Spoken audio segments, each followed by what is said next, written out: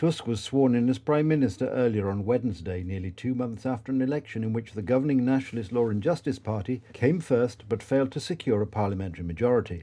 His first summit meeting was a gathering with leaders from the Western Balkan countries, but on Thursday leaders were set to discuss granting the opening of accession talks to Ukraine, a debate which promises to be long as Hungary is refusing to agree. Meanwhile, Tusk said on Wednesday that Poland was on the final stretch to solve the issue of unfreezing EU funds to Poland. The European Union has frozen tens of billions of euros in EU money for Poland under the previous Polish government because the Union was concerned that the then government was not respecting the rule of law. Tusk said that he was 90% sure that he would be able to speed up the process of unfreezing the funds.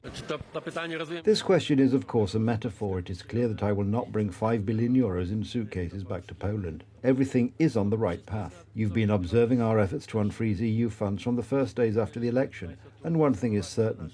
All the institutions know that we are witnessing the renaissance of the rule of law in Poland now, and no one doubts it.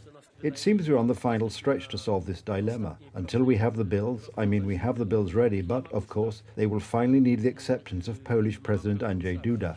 Speaking in Brussels, Tusk also called Hungarian Prime Minister Viktor Orban a very pragmatic politician and said he would seek to find a way to win him over regarding fast-tracking EU accession for Ukraine at this week's summit. So I'm looking forward to discuss, to listen to Viktor Orban, who's my neighbor at the table.